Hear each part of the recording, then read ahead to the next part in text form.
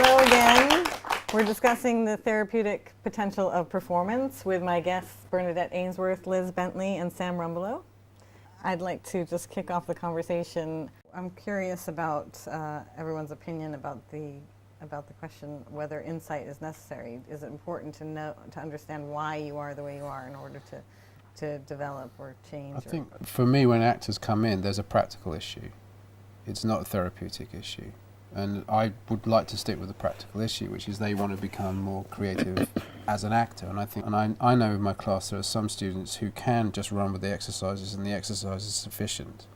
But I find a lot of students inevitably, by running with the exercises, they begin to realise that there's a deeper relationship they haven't had yet, which is stopping them from using the tools for their creativity. So from my perspective, that's how it invariably works. I do get a lot of people that come to me after 6, 7, 8, 9 or 10 years of psychoanalysis, 3 or 4 times a week. And then they do maybe 8 sessions of R.E.B.T. and almost without exception, they will say, I realised what I was looking for. That they've done a lot of psychoanalysis, they've looked at their problems as they see them or had a dialogue with their unconscious, but not felt that they had any solutions or development or skills to manage any kind of future adversities or disturbances. And I'm not saying that's a blanket experience, that's just an experience I have consistently in therapy, that people come after doing 3 or 4 days a week or whatever of psychoanalysis and feel that they've really become familiar with a lot of things, but just not got any skills that have given them confidence. I had that same experience where I knew, I had the insight, I knew in certain circumstances I was going to behave a certain way. I knew that, I learned that if a boy hurt my feelings, I was going to, probably wouldn't do my homework that night and get into some kind of trouble. Yeah. So but that didn't necessarily mean that knowing that helped me to change, because later on as an adult, I was in a situation where I was in limbo, and then I found myself in a relationship with someone totally inappropriate and doing things, really self-destructive things. And I knew why I was doing it, but it didn't stop me because it seemed fun. I didn't have the tools, and I was so afraid of being on my own, and I didn't have the tools to kind of anti-awfulize or, I don't know. Yeah. I mean, some of the things we've done where you're an excellent example, Oriana, where when you became pregnant, I think I suddenly heard from you again because you didn't feel really motivated to do the things you felt you had to do. And I think we had 2 sessions on procrastination. Yeah. And we got the show as a result. So it's thanks to Oriana and R.E.B.T, isn't it? That you, because you had very specific work on procrastination, you were able to look at why you felt you were not actually getting on with it.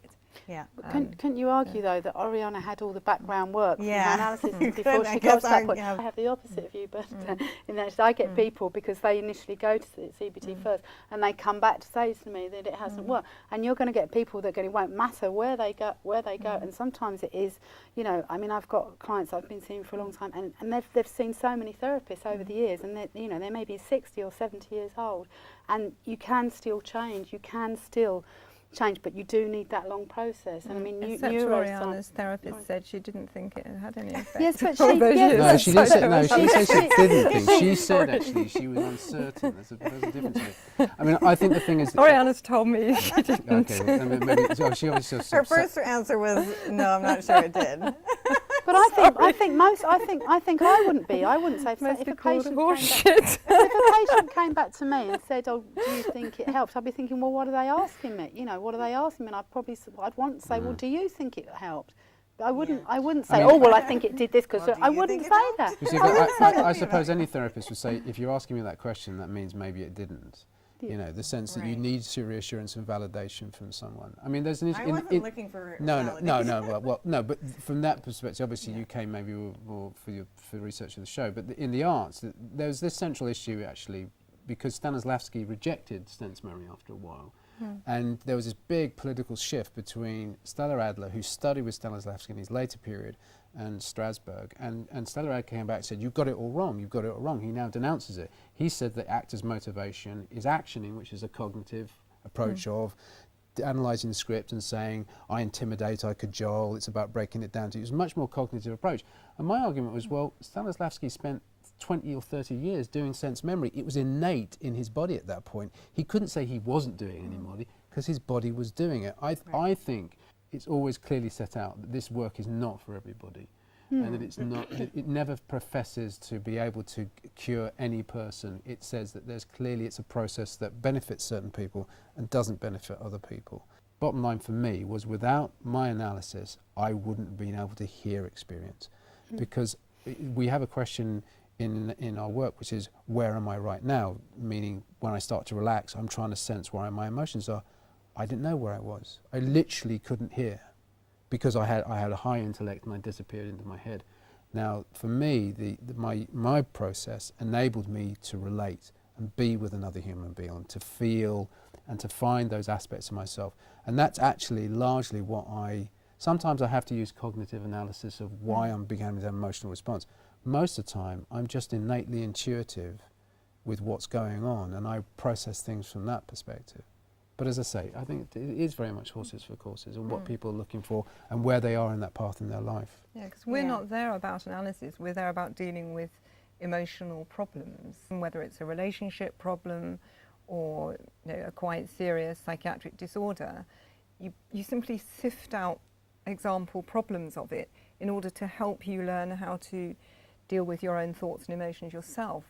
So because it teaches you to be selective about thinking about the way you're thinking and being able to dispute it and change it and see that it's not necessarily valid, then you see you've got choice. You've got choice about how you think, you've got choice about your emotions to a very high extent. Yeah, and then they also have the choice, to get back to the performance thing, of acting against the irrational belief. So that's right. So that the behaviour aspect comes in, where they literally act differently, or they fake it. Yeah, you say fake it till you make it. Yeah, fake it if till you you act, make it. if you I thought you'd got that off me. If you act as if you're confident, even though you don't believe it, you will make it work for you to the point where it virtually becomes a self-fulfilling prophecy. So it's extremely useful and practical and efficient as a form of work. Seems quite different from getting in touch with your unconscious and living out a kind of a negative scenario. It's interesting. I remember one time I had terrible anxiety and I couldn't eat. I mean, literally, I couldn't get food inside of me. And I had to eat cashew nuts because it was the only thing I could literally not gag up. And I was going through a really destructive relationship with a woman at the time. And it was all manifesting. I understood it on a conscious level. And I just spent this weekend thinking, what am I going to do with it? And I just thought, well, I've got this wooden floor, and I said I was going to lay it. So why don't I lay this wooden floor with anxiety? Now, I kind of learnt that because, I mean, Strasberg once said to an acting student, she said, I really hate cleaning. And he said, well, clean, but clean with hatred. You know, what I get twitchy about, some people, I think, are always looking for actions to do, and they hate relating to feelings. And that's why I feel I get twitchy about the notion of and it's probably misunderstanding or whatever, but it is, for me, obviously in our working class that I do for Method and my work I did personally, sitting with it can be incredibly emancipating, because I've always found that if you can sit with the emotion, then thought and impulse comes as well, and then a realization, a relationship to something starts to evolve. You know, that sounds very much like Liz's holding, in a way. Yeah, because it was like I didn't understand where the anxiety came, and so I first had to really allow anxiety to really be my reality, and it was. I really had to embrace it, rather than be defiant, rather than being anarchic or angry. And the bottom line was, once I found the anxiety with my mother, eventually I found the desire to be loving with my mother. And the realization that my mother was never ever capable to be loving with me, and to grieve, and in the grieving the catharsis truly came. But for me, all of that was immensely facilitated by hour after hour after hour after hour of being in a space without any definitive structure to it, except here's the beginning, there's the time it begins, there's the time it ends, what happens in between will happen, And the meaning will reveal itself to you in the longer term. And I'm going to have to. Sorry. I'm going to have to interrupt because we're running short on time. And I know that there's someone in the audience who is actually looking for a new therapist. So I'm going to open it up to them to ask a couple of questions.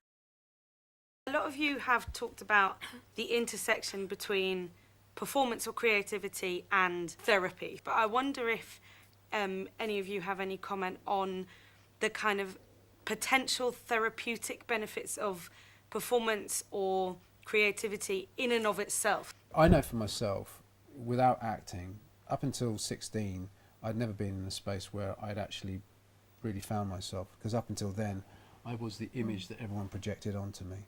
So I think art, in all shapes and forms, is central, not just to the practice of art, but actually the practice of being a happy, contented citizen, really. It can also, I think, sometimes improve your confidence, because as an actor I've found that doing improvisational work really puts you on the spot. There's no script between you and the effect you're trying to deliver. And one that I had to do when I was in acting class was being the Hunchback of Notre Dame, which was about as mortifying as I can imagine many things being.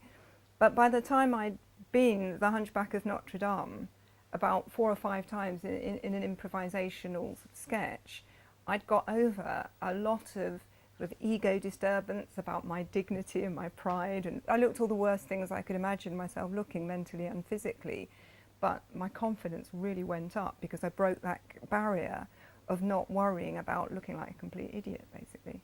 On that note, we're going to end the show with Liz performing another song, but I just want to say good luck to everyone, whatever they decide to pursue, whether they decide to act against their irrational beliefs and gain confidence, or they decide to clean with hatred. Whatever you decide, hopefully you'll find something therapeutic in your daily performances. So thanks for watching, and ladies and gentlemen, let's give some applause to our guests. Thank you again. And this one's entitled Auditioning for Big Brother. I